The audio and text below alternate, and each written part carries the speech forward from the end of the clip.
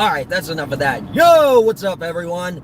Zach the Incredible Impression here with new teeth. Ooh. And, glad you all could join me. I told you I'd go live, didn't I? Let's, see who's on here. Oh, what's up, Lantern? What's up, Dave? What's up, Tina? Glad you guys could join me. Spread the word. New vape, too. It's Hawaiian Punch. So, really don't know what to talk about. Just wanted to come on and say hello and say hi to everybody and blah, blah, blah, blah, blah. I'm just driving home from Land O'Lakes right now. Hey, whoever just liked the live stream, thank you. Really means a lot. And as you can see, got my teeth. So, again, I just repeated myself, didn't I? Yeah, I guess. So, anyway, I am really, really looking forward to Thanksgiving. Gonna have some turkey. I really need to stop trying to do my New York accent. Guys, I've done so many impersonations of New Yorkers. There I go again. New Yorkers.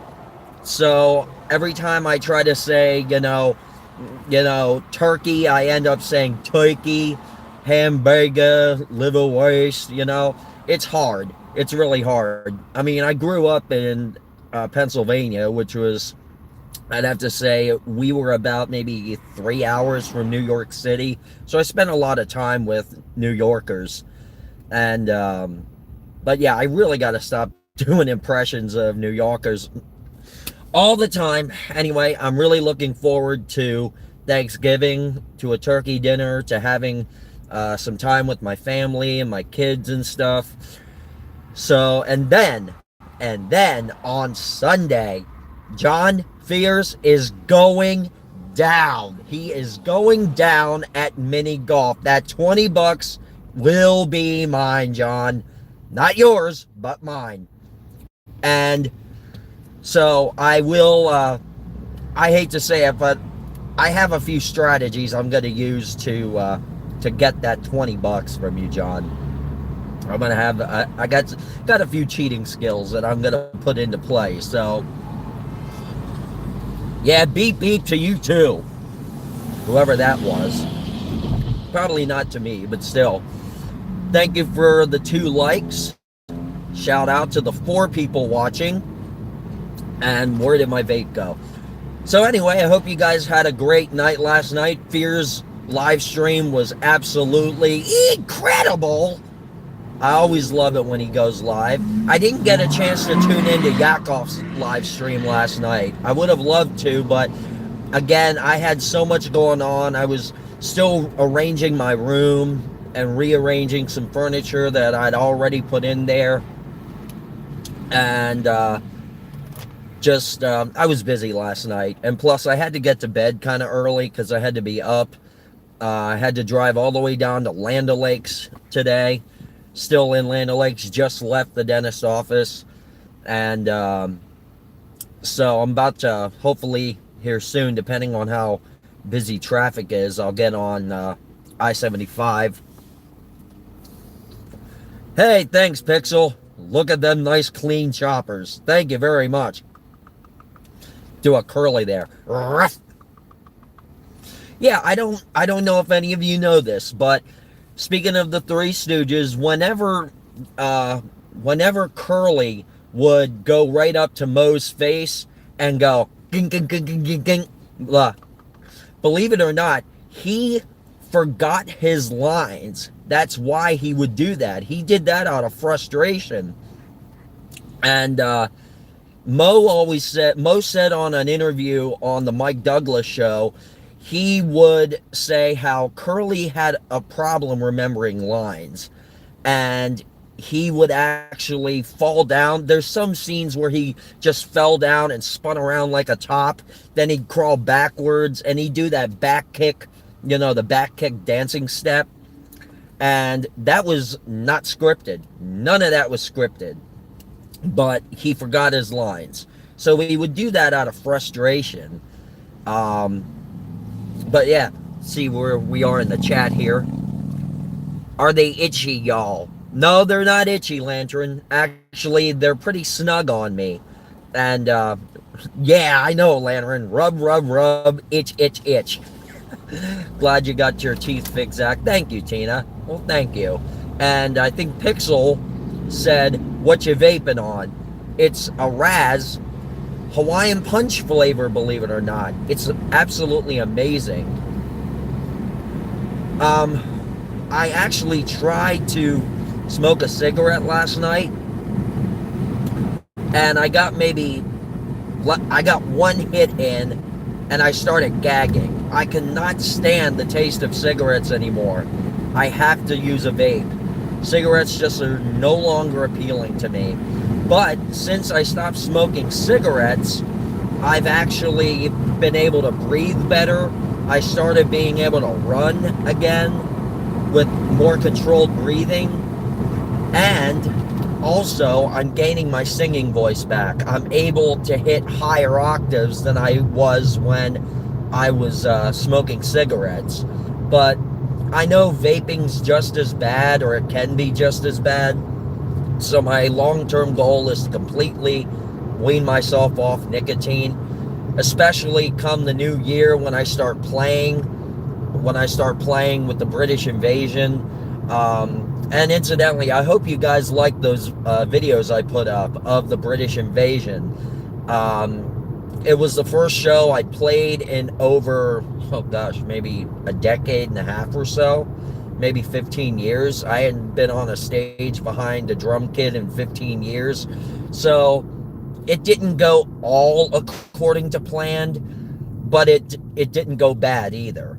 So, and I was very encouraged, and I was kind of starstruck in a way too, because two of the guys that were on stage with me, the Lennon, his name is Sean Fredericks, and he is stop vape. No, I won't stop vape. No, I'm trying to get off of it. Looney RB LXYT. But anyway, two of the guys that I played with on stage, the Lennon's name was Sean Fredericks. I have been a fan of his for a long time. Are your Lantern's talking to Pixel now? Are your teeth feeling clean and itchy or scratchy? Thanks, Liz. Thanks so much. I appreciate it. I know, Looney. I know it's not good for you. I know.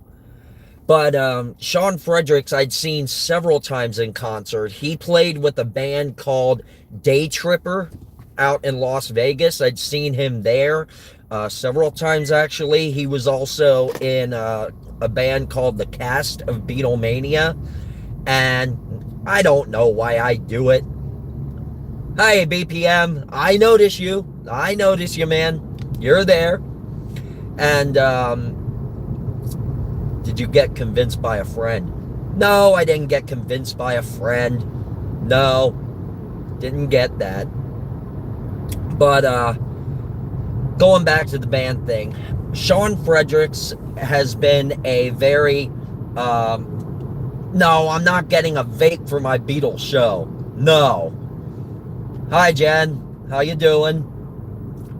And, all right, let's see. Some of these people are going to have to go. Let's see.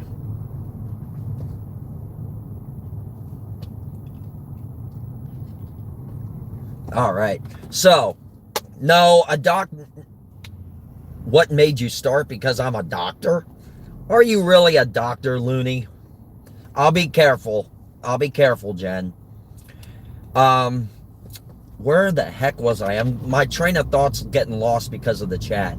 But Sean Fredericks, I've seen several times in concert, and also the Harrison that was on stage with us. His name is John Corba. I have seen him many times performing with one of the biggest Beatle tribute bands in the world, Rain. Rain was on Broadway. They've toured all over the world, and I saw John Corba play keyboards for Rain. And when I found out I was performing on stage with them, because when I saw that I was performing with them, I kind of got intimidated, which is kind of what led me to, you know, lose concentration a bit, because I was a little starstruck. But once it was all said and done, both Sean and John said, "You are really great for a drummer who has not played in a while." And they both said, "You came on and just plugged in and played practically. And you got a lot of potential, man. You got a lot of potential. And we would definitely work with you again anytime." Incidentally, I'm drinking Bang. Well, hello, Chill Lin. He plays guitar and drums plus others. Yes, I do. I play drums, guitar, keyboards, bass, harmonica, recorder, and also I recently, last year, I bought myself a lefty Hofner bass, like Paul McCartney still plays today. And thank you, Better BPM. Oh, that's cool, Looney. You play clarinet. That's awesome. And but I bought a lefty Hofner, and usually I'm a right-handed guitar player, but I bought a lefty bass, and I switched it around and started playing it, and just started working on the lefty playing. And what I do is, when I'm here in the car, I don't think I have it anymore, but I'm just going to use a penny, for example. I would get a guitar pick and hold it up to my wheel as I was steering, and I just start plucking, act like I'm plucking it away. And so that's also how I learned how to play lefty. Now it's come to the point where I tried to pick up a right-handed bass and play righty again, but for some odd reason, I just could not get it down. I could not play right-handed. I tried playing with a pick. I tried plucking it with my fingers and my thumb. I could not get it down. So I went back, picked up my Hofner, and started playing again. And lo and behold, I could play no problem. And another thing I trained myself to do with lefty bass is I know Paul McCartney always held his pick a certain way. He would grip it between his thumb and his index, but he would have the shape of his hand, the formation of his hand was something like this. And he would slightly bend his fingers inward and have the other two hanging sort of outward. If I try to pluck the bass with my fingers, or if I try to pluck it with my thumb, doesn't work. I have to literally hold a pick in my hand the way Paul does and play it like that, or else I cannot play the bass. So it took a lot of time and a little focused concentration, but I managed it. And another thing I do, I don't know if any of you guys are aware of this, but Ringo is actually a left-handed drummer who plays his drum kit right-handed, which means, a normal drummer who is right-handed, when you do a fill, you come down with your right hand. Ringo is left-handed, but he plays the drum set right-handed, so when he comes down on a fill, he comes down on his left hand. I had to train myself to do that, and do that every single time. All right, Chillin, be safe while driving. I sure will. Thank you so much for stopping by. Shout out to you. I really appreciate you watching. And be safe. Have a good day. Thank you. And shout out to the 10 people watching. Thank you for the 5 likes. And but I actually trained myself to go down on a fill left-handed. If you watch the old videos of them on the Ed Sullivan Show, you'll see how I mean during the fill of "I want to hold your hand." Hey, thanks, T-Bird. Happy Thanksgiving to you as well. We have a lot to be thankful for, you guys. A lot to be thankful for. And I'm thankful to have all of you guys as fans, as friends. You guys are amazing. I love you guys. And I said to John last night, I said, I'm so glad that we started collaborating, because before it was just me and my stepson Tony. You guys have seen Tony in the vlogs before. By the way, John, Dave, and I are going down sometime hopefully around Christmas, maybe a little after Christmas, to do the filming locations from Ernest Saves Christmas. And I told Tony, because Tony is a huge Ernest fan, I told him he can come down as well with us. And he's like, oh, you damn well better believe I'm coming with. I'm not going to let you go if I don't come along. So I'm like, okay, I surrender. Yes, T-Bird, definitely thankful to be alive. Definitely. Life is precious. Cherish it. Live it to the fullest. Where am I heading? I'm actually headed back towards home, Tina. I have a couple things I got to do, and then I got to go home. And our dryer's busted. So Andy, my roommate, he's going to be getting his toolbox out of the back of my car and trying to fix the dryer. Ernest P. World. Yes, sir. BPM. Yes, sir. But we're going to go down. We're going to film the locations from Ernest Saves Christmas. The only thing that sucks is that Ernest's house, the house that was used as the exterior, is no longer there. Go look up Adam the Woo's vlogs. He vlogged it over time. He vlogged it when it was still there. He vlogged it when he vlogged everything.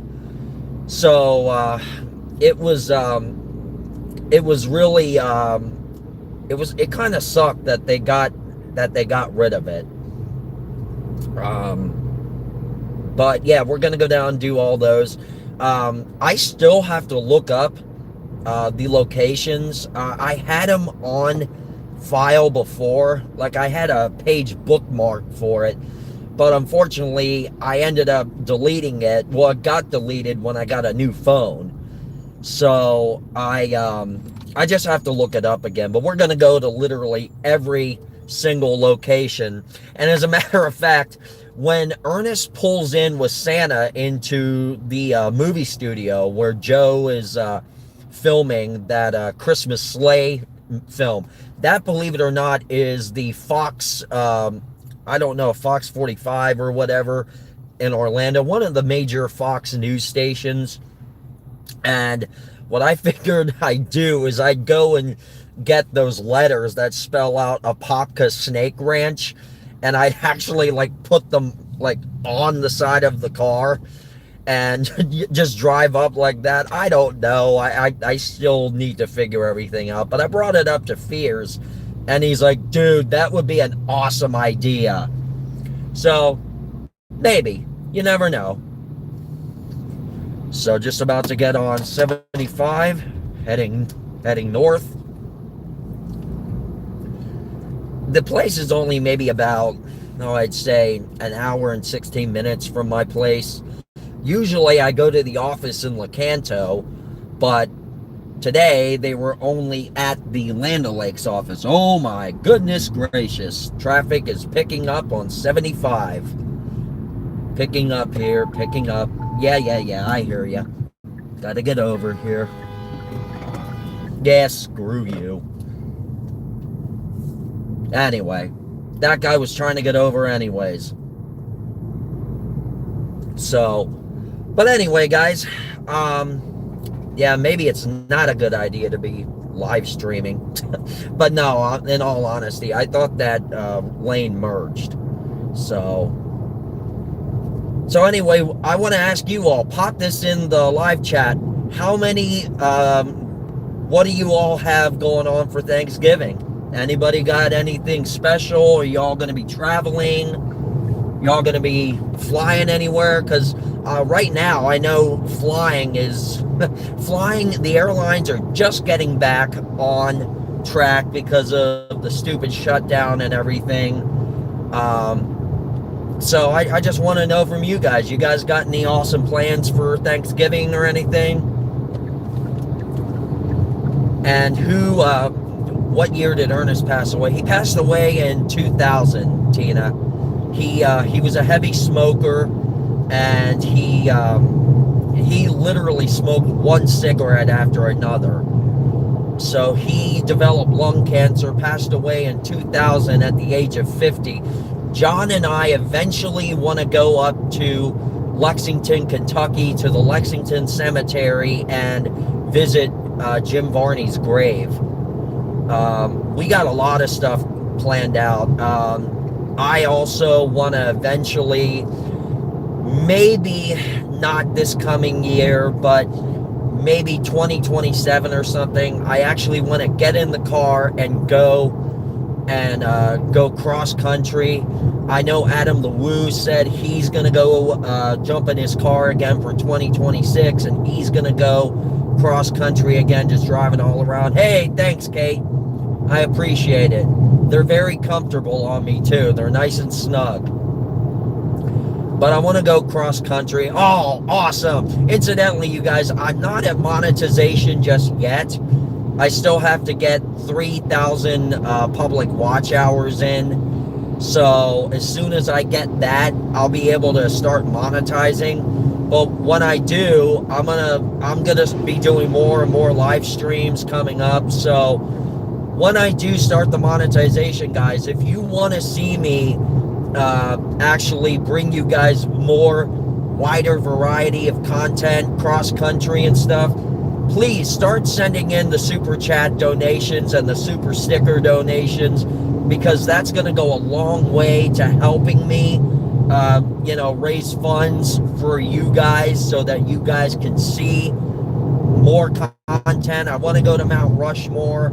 I want to go to Chicago. I want to do all of the filming locations from Perfect Strangers and Family Matters, although the Family Matters house sadly is no longer there.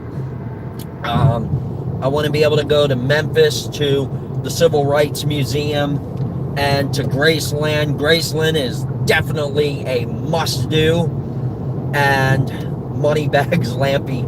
Yes, Liz, yes. But guys, I could really use, I'm not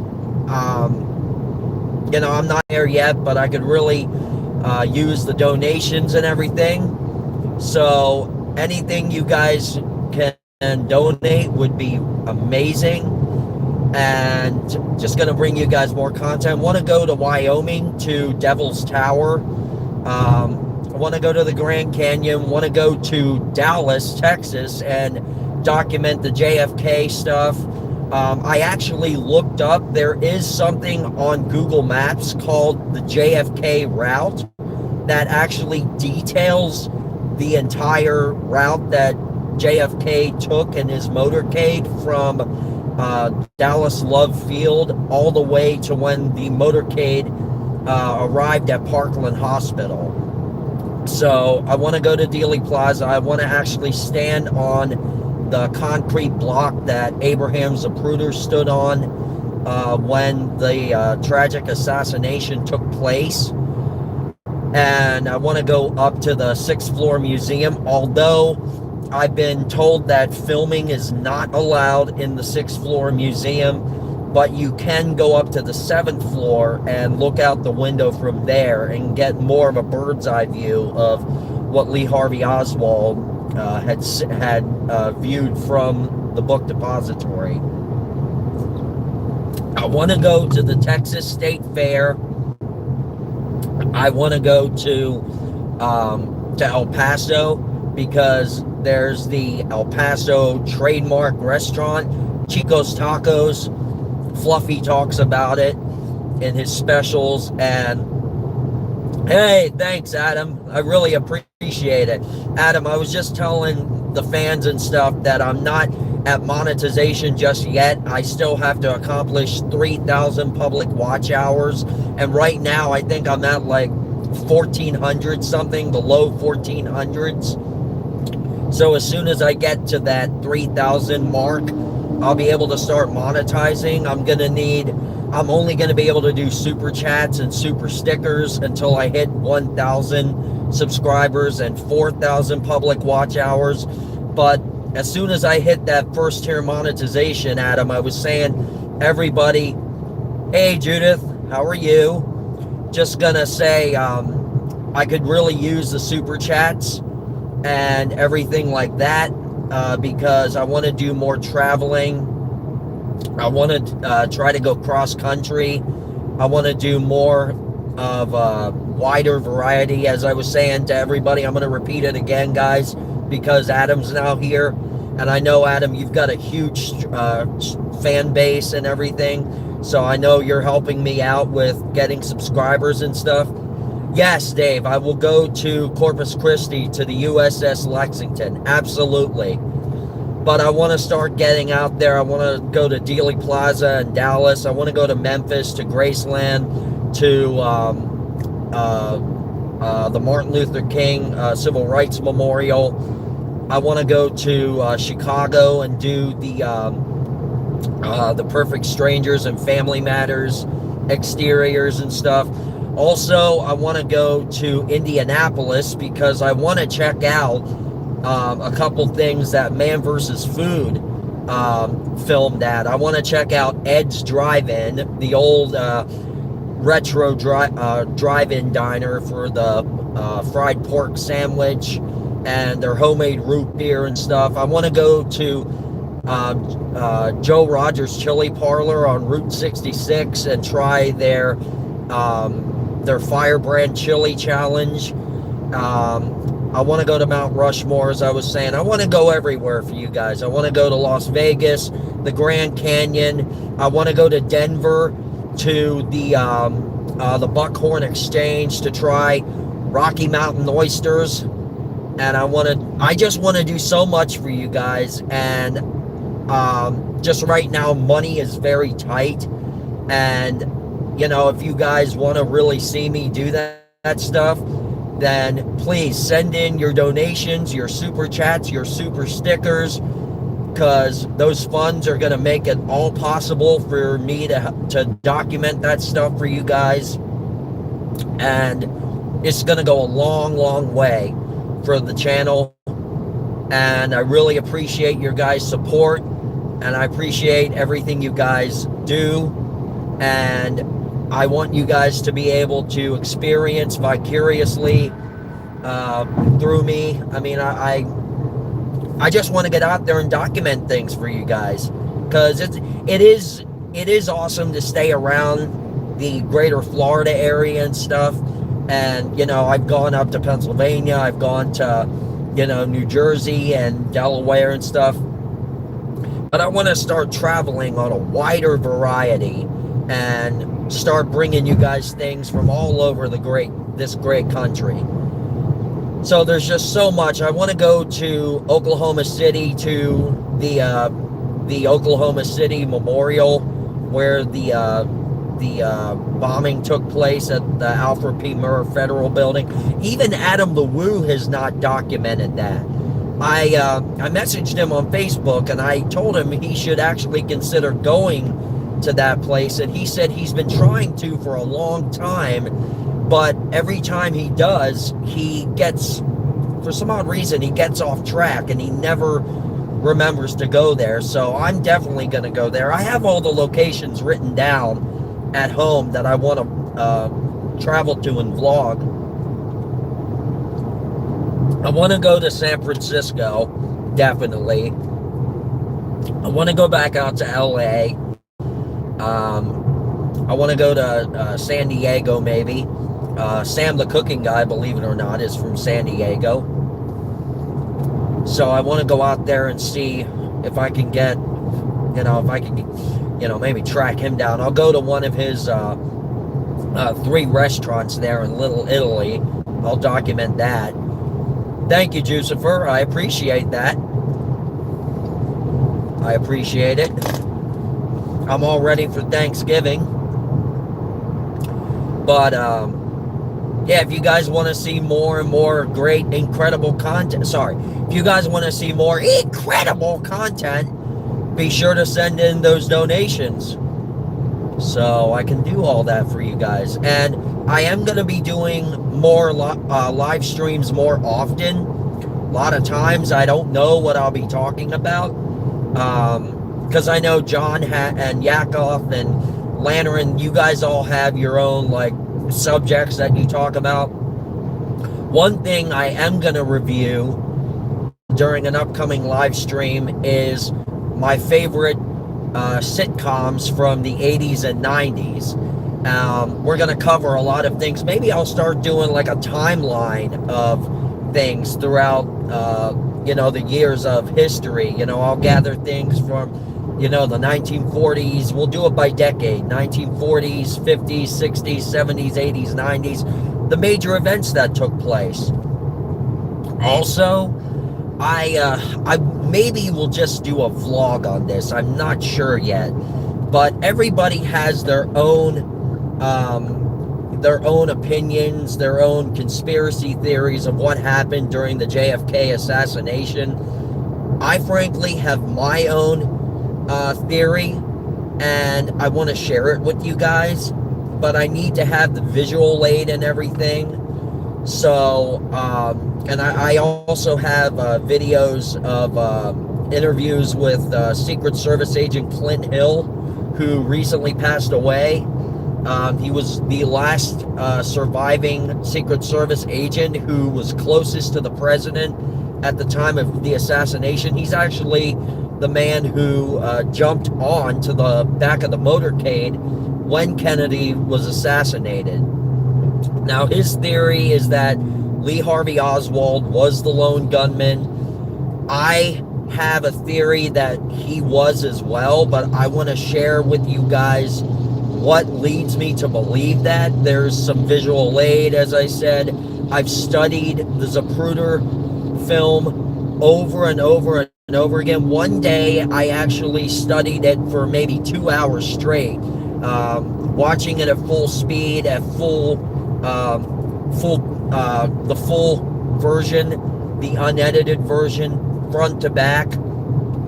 And then I've slowed it down. I've enhanced the quality and stuff, and I've gone like, play, pause, back, play, pause, back. And I don't own a gun. I don't have a license. I've never shot a gun in my life, but I have friends and stuff who have given their own theories. Some of my friends have actually pointed these things out to me, which makes perfect sense. Also, I want to talk about some of the odd coincidences in our country's history with, the presidential elections and stuff, and how they say history repeats itself. So, but yeah, just got a lot of things I want to talk about.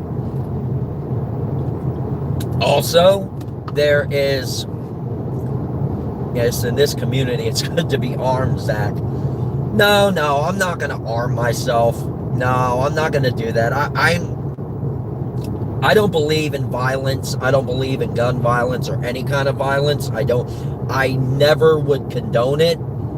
Yeah, I may get upset at a lot of things and stuff, but I will never, ever react with violence. That is something I do not tolerate.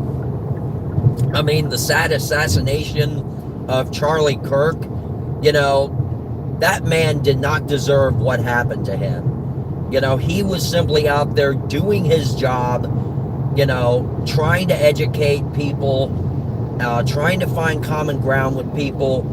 And he was a young husband, a father, and when that day when I saw what was going on, I actually got a notification on YouTube for this special report covering it.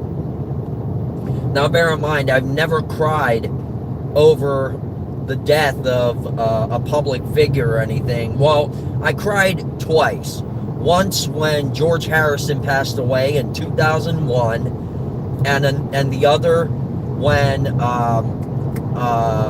who was it? Tim Conway passed away in 2019. Those were the only two times that I've cried over public figures passing away. But when I learned that Charlie Kirk had been murdered, I actually I buried my face and I cried, because Charlie Kirk it wasn't for political reasons. It was more because I felt for his family. A young man, he was only 31 years old. He was a father and a husband, as I said. And, you know, when somebody like that is cut down for no reason whatsoever, simply then expressing his opinions, then, you know, it's sad how the world is coming about. And I started watching Mr. Rogers again. Believe it or not, I started watching Mr. Rogers' Neighborhood. I don't know, Jucifer. I don't know. I mean, I never agreed on Biden's political views or anything, but it's always sad when somebody dies. It's always sad. So I may not cry, but I will feel for the country, for his family, his friends, and everything. You know, because in the end, everybody's just trying to do their job, trying to make a living. And I believe that no matter what party you're from, I believe everybody is trying to do their part in making our country great. But I always said, you know, I could never run for president of the United States, because I was not born in this country. I know that was in the Constitution, the democracy, way back during the time that our founding fathers laid out the Constitution and created it. But with the way times are changing and stuff, I don't want to say that, you know, I don't want to really say this, but I will anyways. I think that in a way it's kind of a discriminating tactic if you're not, just because you're not born in the United States. My thing is, I would like to go before Congress and argue that situation and say, look, why doesn't the law be reinstated, or why can't the Constitution be reevaluated and say that a non-born American can run for president on the standard that they have been either naturalized or have been an American citizen for no less than 30 years. That's my theory. And if I were ever to be allowed to run for president, here's what I would do. First of all, there's nowhere in the Constitution that says that a presidential candidate cannot pick a running mate from the opposition party. Me, I'm a Republican. I would choose a running mate from the Democratic Party, simply because the country is so divided right now with our political differences that in order to find some common ground, my side Republican, my vice president would be a Democrat.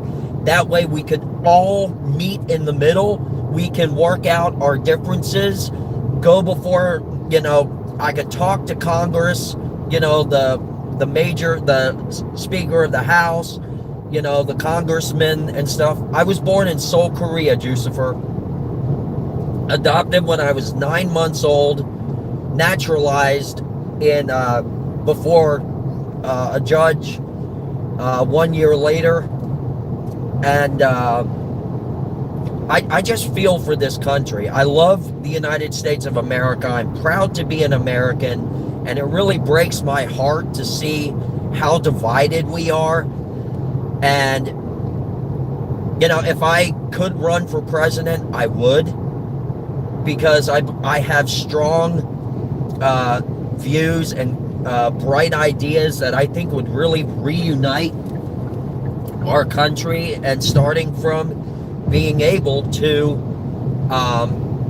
starting with picking a running mate from the opposition party, because that, as I said, we could work out our differences.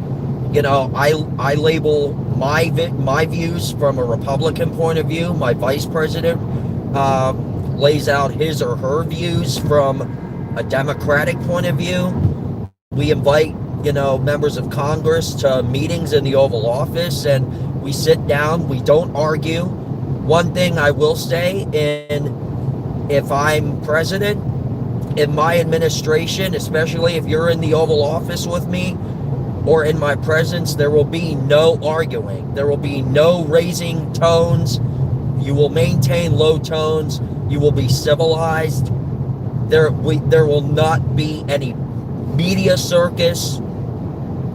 And I will not berate the media, though. I will not sit there and say, you know, you guys are so biased. You guys are horrible people. You know, I'll simply say, look, everybody has their own opinions. I will answer the press's questions to the best of my ability.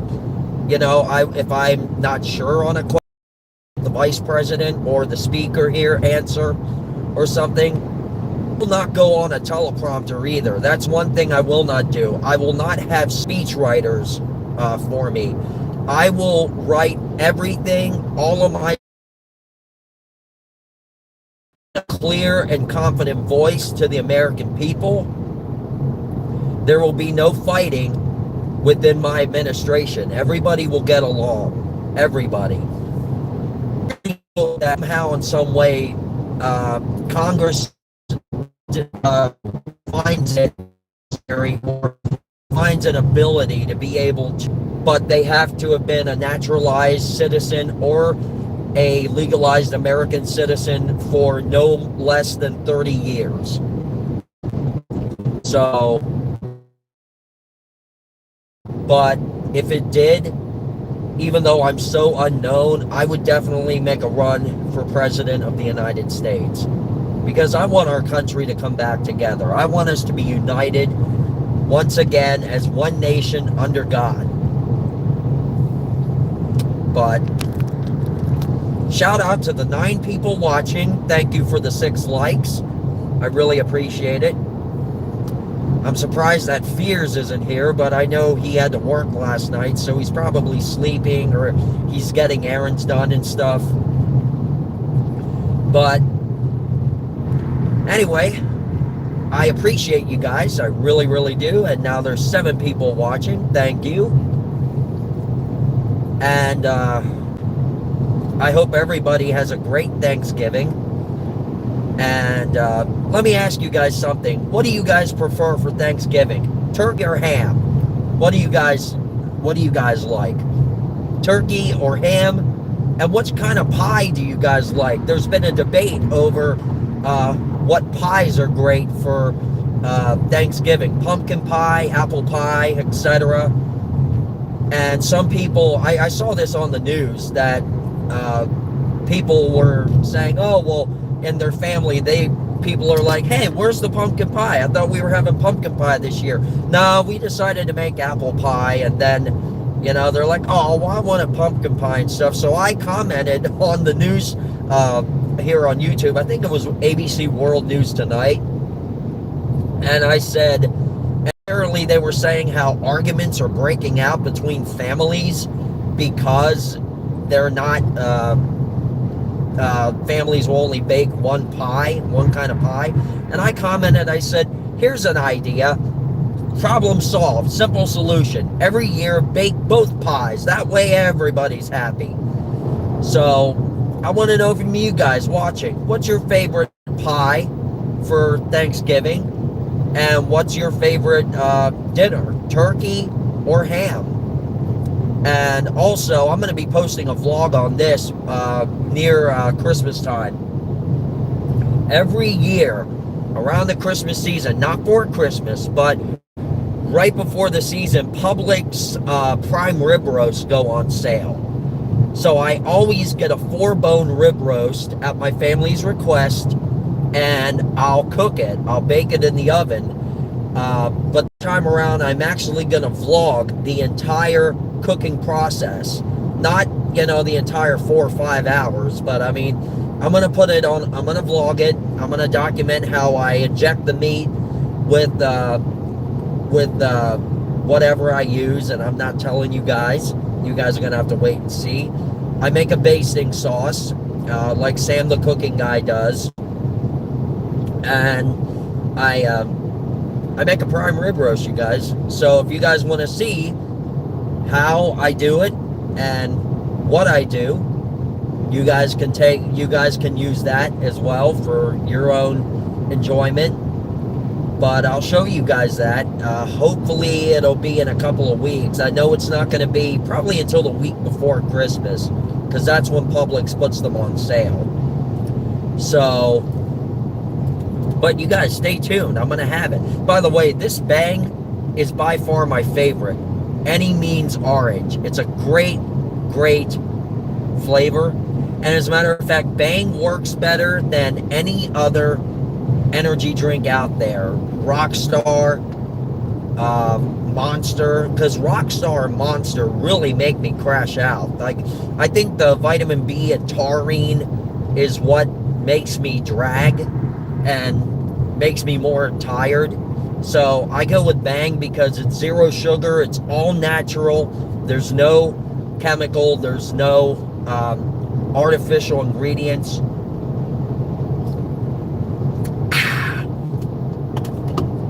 Let's see here. Ham and pumpkin. Dave, ham for me is more Christmas. Turkey is our thing for Thanksgiving. Pumpkin pie is a thing though. And you guys are probably going to bash on me for this, but I do not like pumpkin pie. I only like one kind of pie and one kind of pie only. And that's peanut butter. Peanut butter pie. Every time I go to like a diner or something, I have to have a slice of peanut butter pie. Incidentally, down in Sarasota, Man vs. Food filmed down there. And John, Dave, and James and I were talking about possibly going down there sometime. The Old Salty Dog on City Island in Sarasota has the famous Salty Dog, which is a beer batter dipped hot dog and then fried. And they've got the fully loaded Salty Dog, which has sauerkraut, bacon, mushrooms, onions, ham, or cheddar, Swiss, and pepper jack cheese. And, of course, it's over a deep-fried hot dog. But then he went to an Amish restaurant called Yoder's Restaurant. They've got the greatest, and I mean the greatest, peanut butter cream pie in the world. It's so rich and it's so tasty. I did a vlog on it. You guys need to watch it. It was on the it's on the vlog during the solar eclipse last year. But the location where Adam Richman took the challenge at, the Fire in Your Whole Wings challenge, it was called Munchie's 420 Cafe. When Dave, John, and James and I were together the other day, I Googled it to see what their hours were, because I was going to show John and Dave their menu, only to find out they have shut their doors permanently because they had spent, I think, hundreds of thousands of dollars renovating for a new tiki bar, and they finally got that built. That put them into financial trouble, and then the hurricanes that came through last year, specifically Milton, that really affected their business. I don't think they were flooded out or anything, but business just declined because everybody evacuated, and Sarasota got flooded like crazy. So that they never fully recovered from that, and eventually I think they had to file for bankruptcy. So sadly, Munchie's 420 Cafe is no longer there. I really wish they would reopen their doors, but sadly, that's not going to happen at all. But I would like to go back down with Dave, John, and James, and Tina to the Old Salty Dog and to Yoder's Cafe, Yoder's Amish restaurant. Last time I was there, I was gonna interview the grandson of Amanda Yoder, who was the wife, the co-owner of the restaurant, and but sadly we were just getting ready to sit down for me to be able to interview him, and the volume in the store picked up, so he had to sadly call off the interview. But I'm gonna hopefully be able to interview him next time. And but yeah, I got a lot of great ideas, guys. And I know I'm kind of jib-jabbing, just babbling about whatever, but also I'm trying to focus on the road. But I appreciate you guys again coming on here and watching this. I really appreciate everything you guys do. And I've been going for 53 minutes now. Wow, that's a record for me. But as I said, I want to do poor deer on the road. Roadkill. But oh, speaking of deer, it's do you ever hear Jeff Foxworthy's "You Might Be a Redneck" jokes? One of the "You Might Be a Redneck" jokes he said was, if you think that fast food is hitting a deer at 65 miles an hour, you might be a redneck.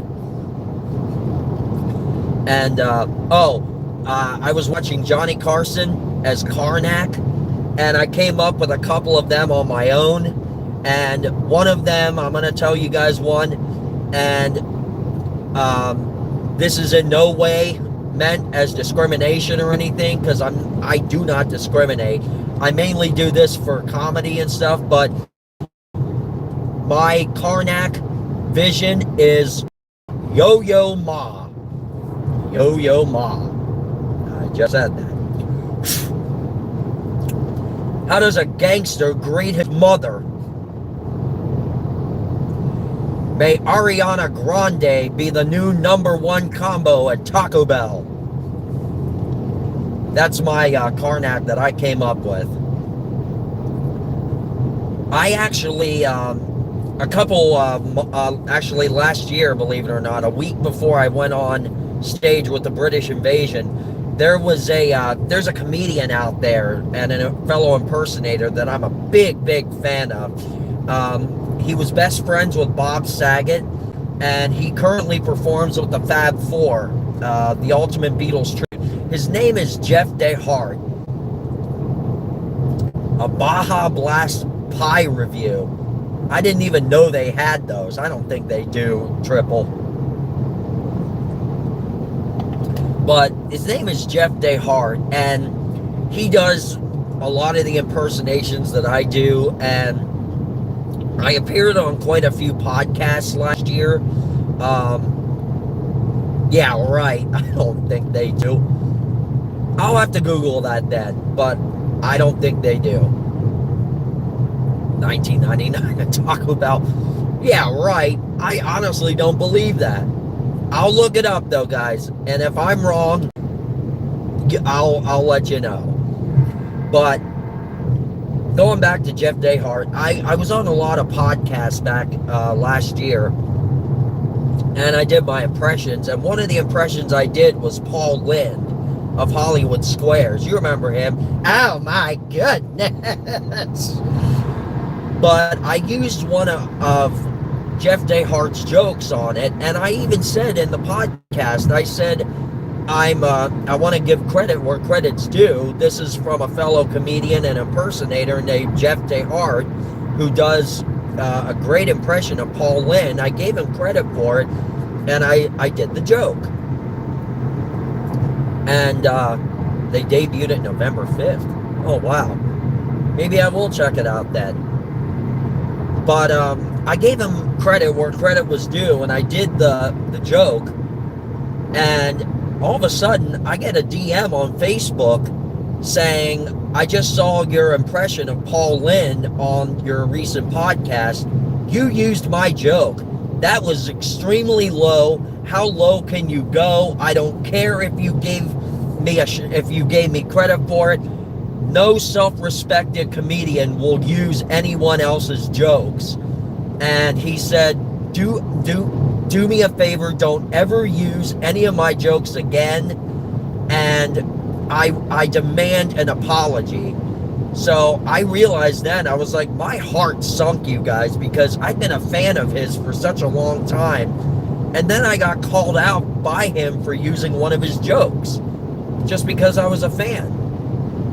And so I talked to him, I messaged him and stuff, and, you know, I apologized. We got, yes, that's right, Uncle Arthur from Bewitched, and the center square for Hollywood Squares for the longest time. Paul Lynde, center square. Also, I don't know if you guys are aware, but the show American Dad, Seth MacFarlane based Roger, the alien, the voice of Roger, off of Paul Lynde. So, little known fact, you guys. Maybe it's not little known fact, but... And Seth MacFarlane, believe it or not, I did not know this. Seth MacFarlane, on the morning of September 11th, he was scheduled to be on Flight 11 that hit the North Tower of the Trade Center. But he overslept that morning. So he arrived late to the airport and he was unable to make his flight, which spared his life. So, I don't know if you guys knew that, but Seth MacFarlane was supposed to be on American Flight 11. But yep, Paul Lynde. But lately I have been, I apologized to Jeff. I started asking him for advice too. He actually gave me a few tips on how to do Rod Serling a little bit better. And I'm still working on him. Doing Rod Serling, you need to be able to have that facial expression, and you need to be able to know when to pause and when to, you got to work on your timing and stuff, or you may find yourself a permanent resident of the Twilight Zone, something like that. But Jeff DeHart did help me along with that, and he and I, we let the moons pass on that incident, and he actually is going to let me interview him for my channel.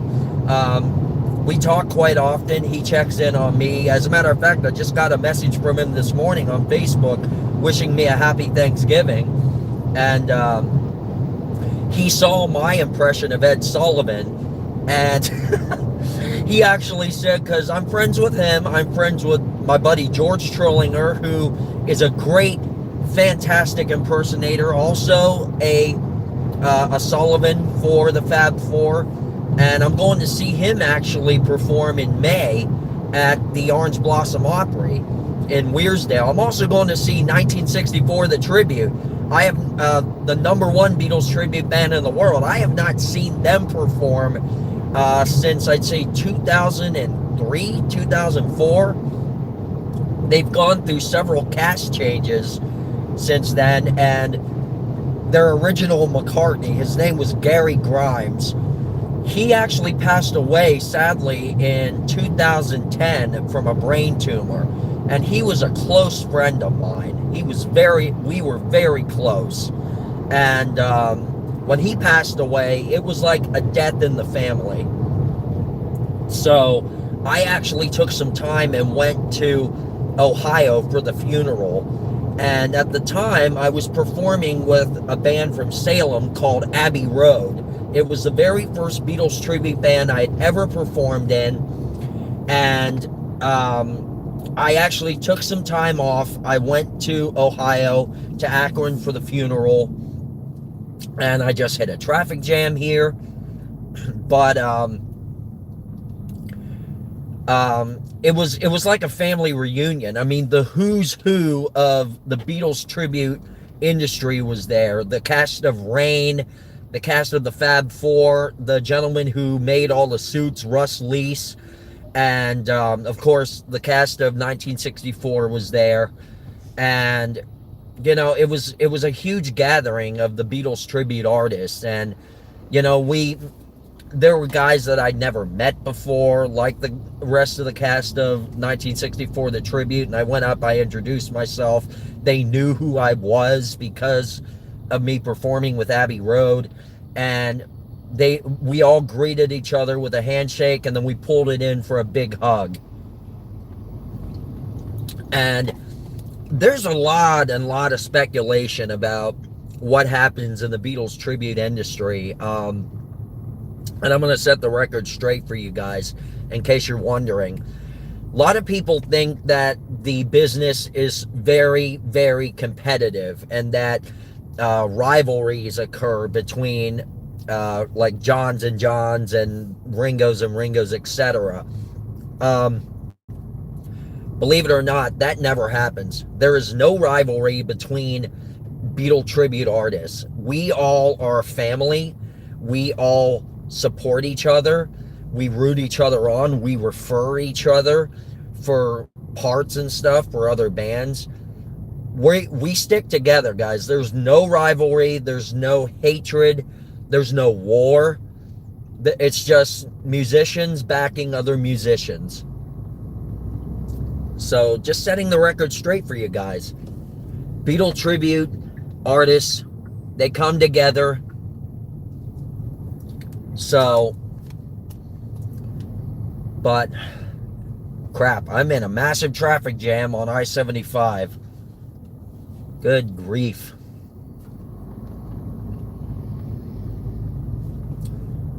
Whew. Jeez, you guys, I'm getting kind of tired here. Roll down the window a little bit. Not really tired, just, I don't know. Shout out to the now 3 people watching. Sorry if I got boring. And thanks for the 7 likes. I appreciate that. And by the way, you guys, leave me some comments on what subjects you'd like me to talk about and cover during my live streams. I need some ideas, because I don't want to come on and just babble the entire time. I just want to be able to bring you guys some fun entertainment. I know Fears does his movie reviews and everything. As I said, I want to review some sitcoms and go through the decades and cover the important events, etc.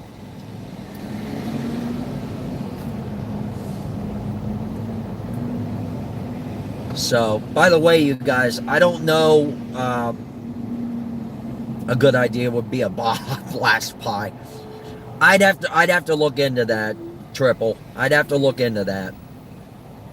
It's 87 degrees according to my temperature gauge here in the car. And incidentally, you guys, I'm gonna hopefully be getting a new car come the new year. This is a 2022 Kia Seltos. It's all-wheel drive. It's a gas guzzler. And I'm hoping in the new year to get a 2026 Honda Civic Hybrid Sport,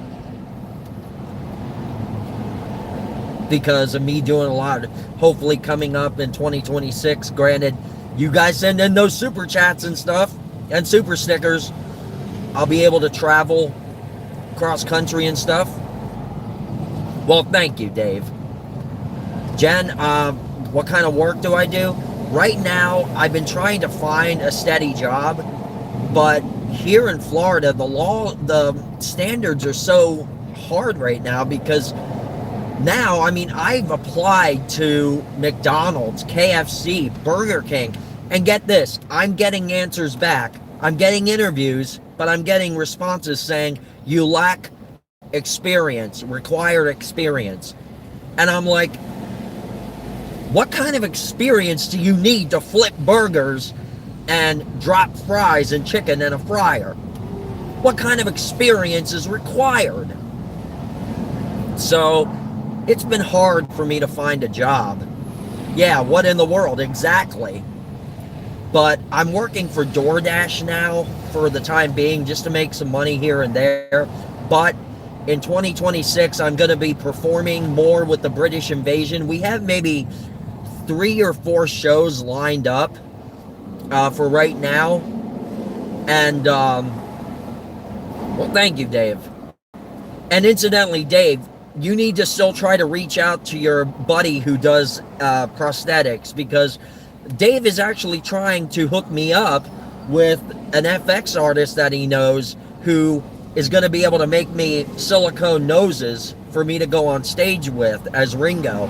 Because when I go on stage now, all I do is I put some foundation and some highlights on my nose to try to make it appear bigger. Well, I put contouring on, but it doesn't really blend in very well, and I want an actual, I want to go on in full authentic regalia. So, Dave, hopefully you can come through for me on that. I'm looking forward to, getting in touch with him, for you to put me in touch with him. So, thank you very much, Jen. I'm assuming you saw the vlogs I put up of the band. And incidentally, the drum kit that I was using in the vlog on that show, those drums were actually, believe it or not, they were a vintage 1963 Ludwig Black Oyster Pearl kit. And I have the Beatles gear book that labels out, it was written by Andy Bebiuk, who is pretty much the go-to guy for Beatles instruments.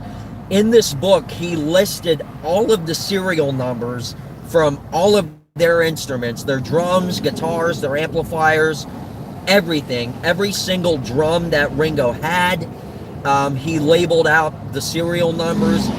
The drum kit that I used is 2 serial number digits away from the first drum kit that Ringo Starr bought. So it's very valuable. It's very rare. I'm very honored to be able to use that in the show. So it's a really great kit.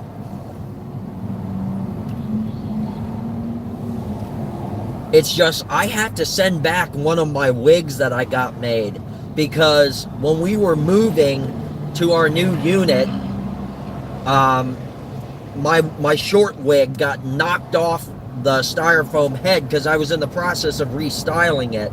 It got knocked off the styrofoam head. My dog picked it up and started trying to tear into it. I caught him in time, but not before he tore quite a few strands of hair out of the front. So I talked to the wig company. They said it would be great, it would be fine if you sent it back to us. We'll just we'll just add some of the hairs that are missing on there. It's not going to cost you $1. So, oh wow, your dog chews up shoes. Wow. Well, which dog doesn't chew up shoes, Jen?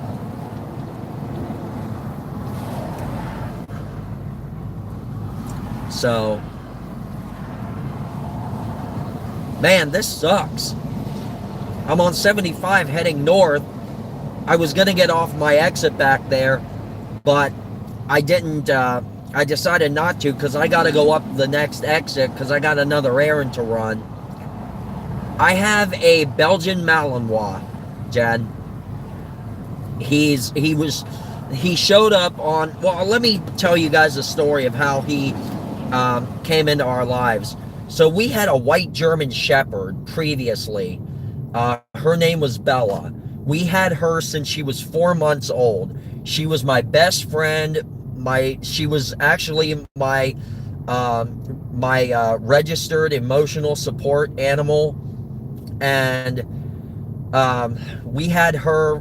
She unfortunately had some health complications. She was only 7 years old when she died. And her death hit us all extremely hard. And it was my job to take her into the vet.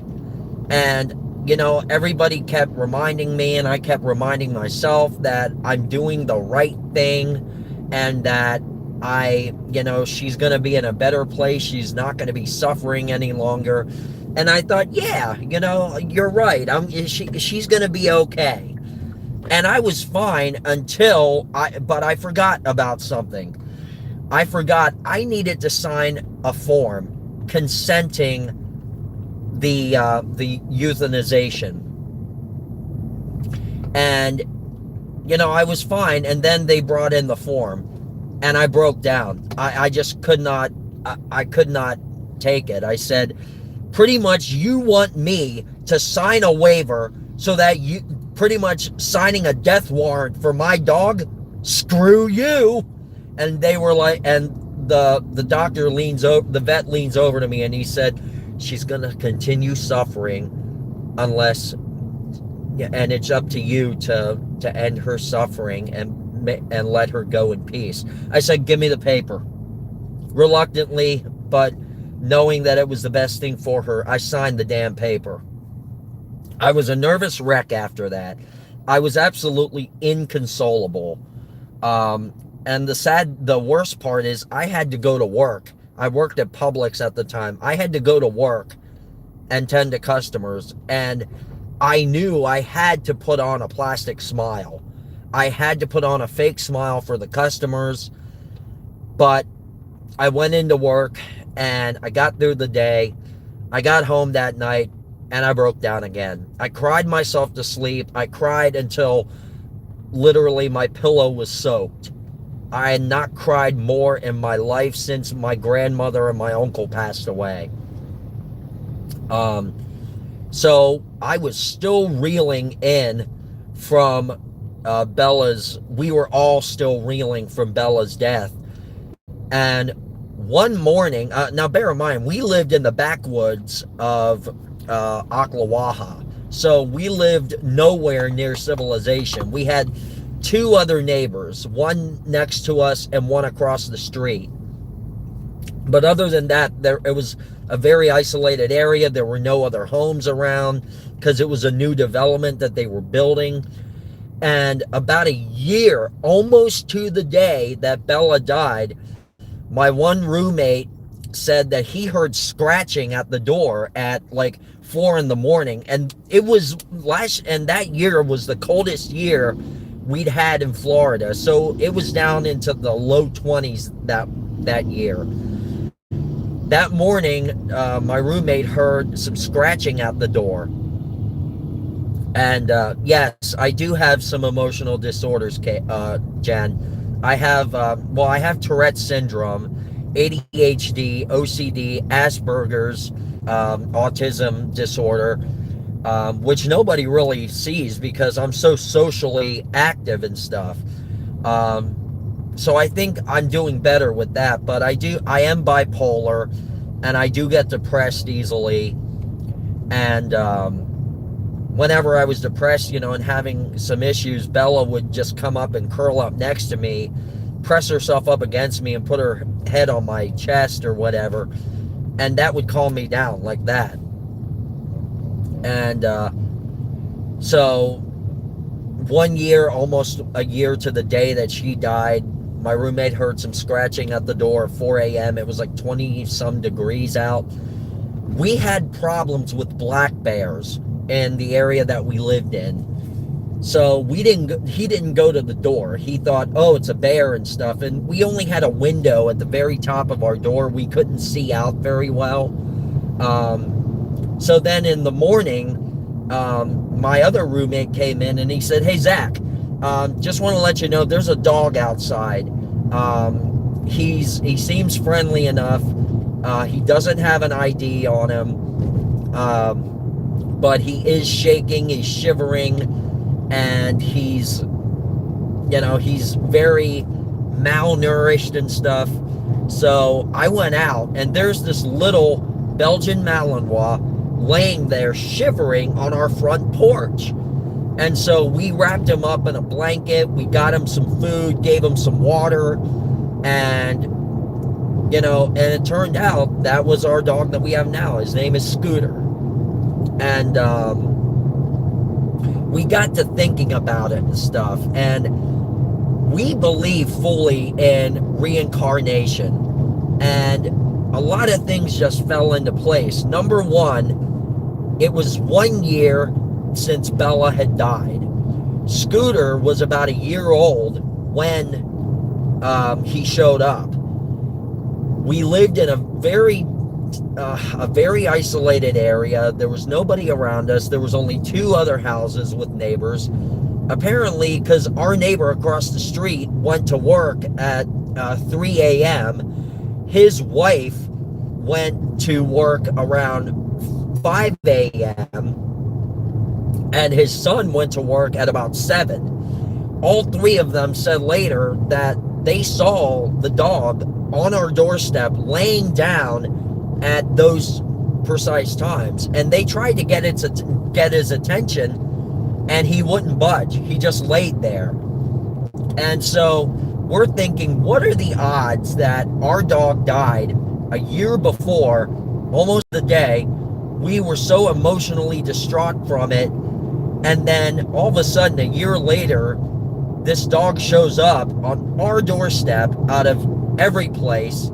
He had 2 other houses he could have gone to, but he stayed on our front porch, shivering from like 3 a.m. until 9 a.m. when we came outside. And the minute we went outside, he just ran to us as if he knew who we were. So we honestly believe that it was Bella came back, reincarnated as Scooter, and she came back because she knew that she had died way before her time was up. So, stranger things have happened, though. Stranger things have happened. But, we have an awesome dog now, and literally he healed our hearts. He really did. The thing is, he's so hyperactive, and he's very protective of me for whatever reason. And Belgian Malinois are known best for being police dogs and for being the dogs that the Secret Service uses for the White House and to guard the president and everything. They're trained to protect. Scooter, on the other hand, biggest baby in the entire world. Like, he cries. Literally, he'll cry if he's not getting the attention he wants. And if you guys go on my channel, you'll see videos in the shorts. You'll see shorts of him crying, because he'll just come up and he'll start licking my face, and he'll cry and stuff, and I'll say, now stop crying, you're a big boy. And when I do that, he cries even harder. I think it's just because he knows he's getting attention, and he's just trying to be babyish about it. But either way, he's a little bundle of joy to have around. So that's our pup.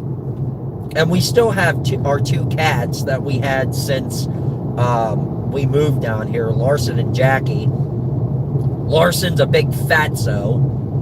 We call him Chubbs, but he's an old man now, so I call him Grandpa Chubbs. He's very stubborn too. So he's always been stubborn. I mean, when we brought him home from when we first adopted him, he was so hyper and so stubborn that he actually clawed his way out of his box that they put him in, his little cat transfer box, and he actually climbed out of it. I held on to him in the passenger seat since my girl was driving us home, and he tried to jump out the window, the little fink.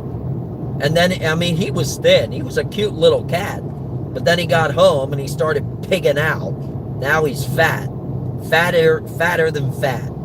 So, I call him, Jackie's always been a thin, like regular average weight cat.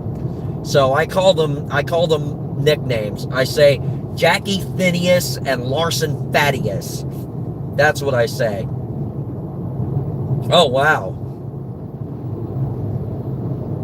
Oh, wow, that's cool, Jen. But yeah, pets are always nice to have. They're really nice. The only thing that, worries me is that someday, I'm going to have to withstand the same kind of hurt and pain that I went through with Bella's death. I'm going to have to suffer through it again with Scooter. He's a cattle dog. Wow. That's awesome. Where did everybody else go? Where are you, Lantern? Where are you, Visions? Where are you, Dave and Tina? Where'd you all go? Where are you, Kate? Where'd everybody go? What errand you're running? I just got a couple of things I got to do, so I'm going to be ending this live stream here soon after I get off the interstate. Fears just went live at the gym. I'm enjoying a slice of Baja Blast pie. What do you think, Triple? Is it good?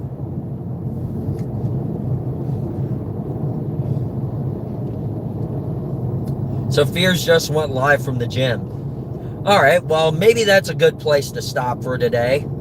I am going to be doing some live streams maybe on, definitely not tomorrow because it's Thanksgiving, obviously, and not on Black Friday. Maybe Saturday. I'm going to go live from one of the squares in the villages. Thank you, Jen. Happy Thanksgiving. Thank you. Happy Thanksgiving to everybody. On Saturday, maybe, I've done two vlogs at Lake Sumter Landing in the villages, but I have never done one at Brownwood or at Spanish Springs. Spanish Springs was the very first square that was built in the villages. So I might go down there, and I think I might actually do a live stream from down there. I'll have to see. Actually, I tell you what. Yes, I will go to Spanish Springs on Saturday. Granted, if my kids don't have something going on. So yeah, I'll go down there then. Probably around 2 o'clock. I'll try to make it around. Awesome, Dave. You're still there. Well, since Fears is live right now, I'm going to actually sign off. Plus, I just hit another heavy traffic jam on 75. So I gotta make sure I'm completely focused on the road. So, all right, guys, I'm going to take off. I appreciate you guys watching. Light it up with subscriptions. Pass my channel on out there. And thank you, Jen. I will be safe. And those of you who are going over to Fears live stream, let him know. I accommodated accordingly. I got off of off my live stream to accommodate him. So here's a salute to Fears. And please do. Oh, nice, Dave. You're doing yard work. Awesome. It's a hot one out here today. Very unusual not unusual for Florida in November, but I feel bad for people back in my home state of PA and stuff. So, and by the way, the vlog that I did with John at Disney and stuff, I was on Facebook and I posted it up on there, and then I got it's chilly in the Panhandle. Wow, 68. But I posted up on Facebook. I posted up the vlogs and stuff, and people that I knew back in PA that are friends on Facebook started DMing me and saying, I thought you moved to like Lancaster or something. I didn't know you were down in Florida. I was like, oh yeah, I've been down in Florida since 2013. They were like, well, Hershey Park and Chocolate World and stuff have all gone downhill, and it's boring going there. you're lucky that you get to go to Disney anytime you want. Hey, peace out, Dave. And I was like, yeah, I was rubbing it in. I was like, oh yeah, I can go to Disney anytime I want, anytime. And I'm going to start vlogging more often from there. They were like, screw you. And they didn't unfriend me or anything. They were just like, screw you. And I was like, well, move down to Florida and you can actually get this kind of life yourself. And they were like, I see also you're getting to know all these famous people and stuff. Man, I guess it only took leaving us to move down to get to know people. I was like, unlike a lot of people back in my home state, I grew up. Because I used to always want to try to fit in and, have the people I hung out with back there, they were so stereotypical. You were not allowed to hang out with people unless you had the cool wardrobe, the cool car. If you did not have any one of those things, then you were, quote unquote, ineligible to be part of their group. So when I moved down to Florida, I could be who I wanted to be.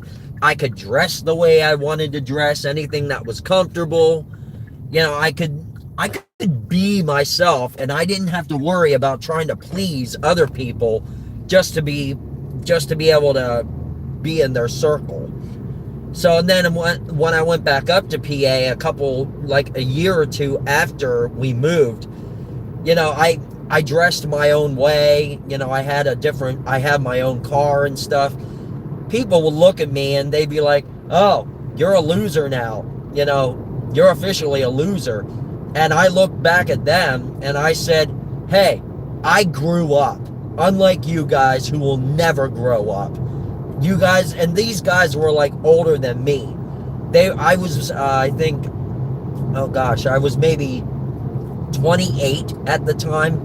And these guys were in their mid-30s. And they had not grown up one bit. I mean, they were still the same stuck-up, wannabe posers that they'd always been.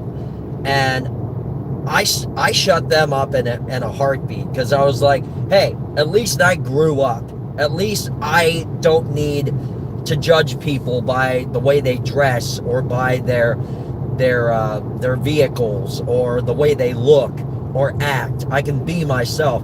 And with that, they turned off right there. They just went back to what they were doing, and they didn't speak to me. So I was like, that's what I thought.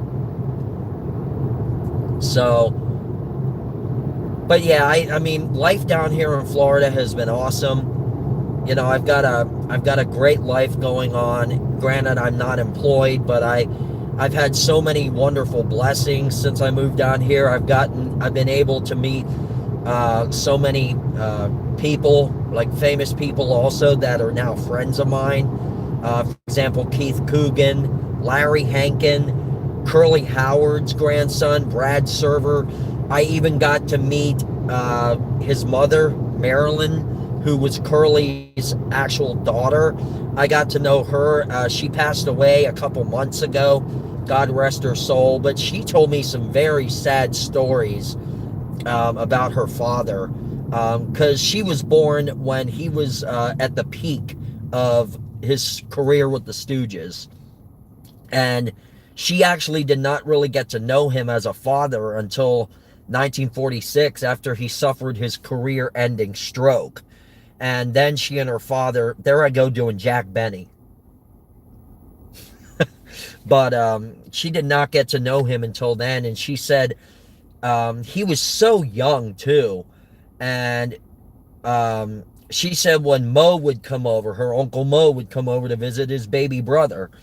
She said Mo could not see his baby brother without crying uncontrollably, because Mo felt responsible for what happened to Curly, because their parents were very much against Mo allowing Curly to come out to California, because Shemp was their older brother, as you all know.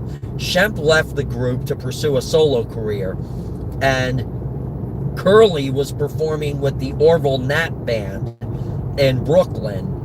And Mo decided he would bring in his younger brother Curly for the act. But Curly was the baby of the family, and their parents did not like the idea at all of Mo taking their baby out to California. But they let him go on one condition. His mother said, "You need to make sure you take care of your brother. You need to look after him." And Mo promised his mother that he would look after his baby brother.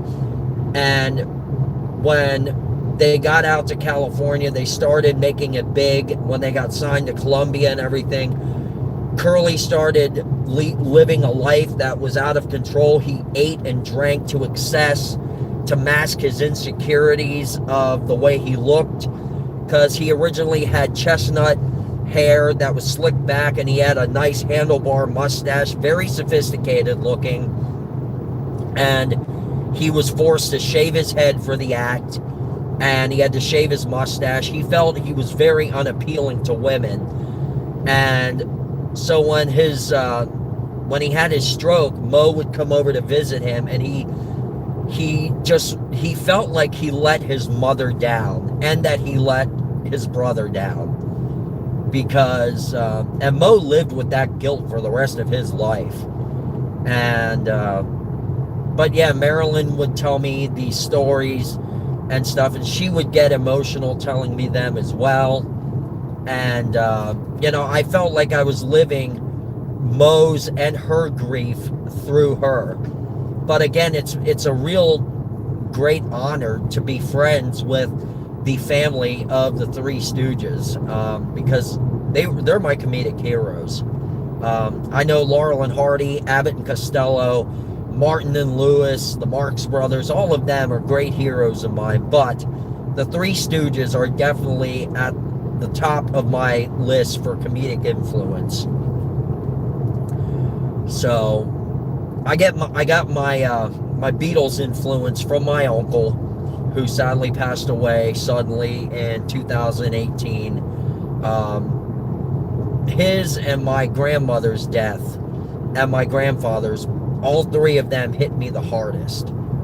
And but yeah, all right guys, well, I'll let you guys get over to Fear's vlog, his live stream. Say hello to him for me, and I appreciate you guys. Light it up with subscriptions. Keep the views coming. Help me get to that 3,000 view public watch hours mark. And I appreciate you. I appreciate you. I appreciate you. I love you. I love you. I love you. Thank you. Thank you. Thank you. And from the road, this is Zach, the Incredible Impression. Have an incredible day and an incredible Thanksgiving. Thanks, you guys. See you later.